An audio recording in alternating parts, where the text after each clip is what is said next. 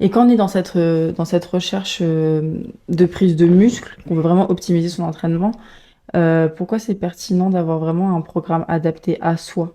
Parce qu'il y a beaucoup de personnes aujourd'hui qui ont des programmes tout faits, qui peuvent être appliqués à tout le monde, mais les résultats sont pas toujours corrélés. Ouais, c'est une très bonne question. Bah, déjà, pourquoi adapter à soi? Le but, c'est pas juste de construire la masse musculaire, mais de la construire aux bons endroits sur les bons muscles.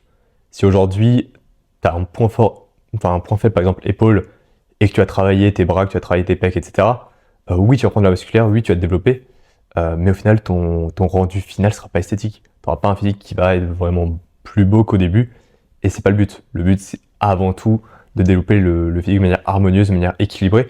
Donc déjà, avoir un focus sur tes points forts et sur les bons muscles. C'est hyper important. C'est une première chose. Deuxième chose, forcément, adapter au niveau. Comme on disait au début, si tu as un volume qui est beaucoup trop important, risque de surentraînement. Si tu as un choix d'exercice qui n'est pas pertinent pour toi, qui est trop compliqué et que tu n'arrives pas à les maîtriser, bah encore une fois, mauvaise connexion entre le cerveau et les muscles.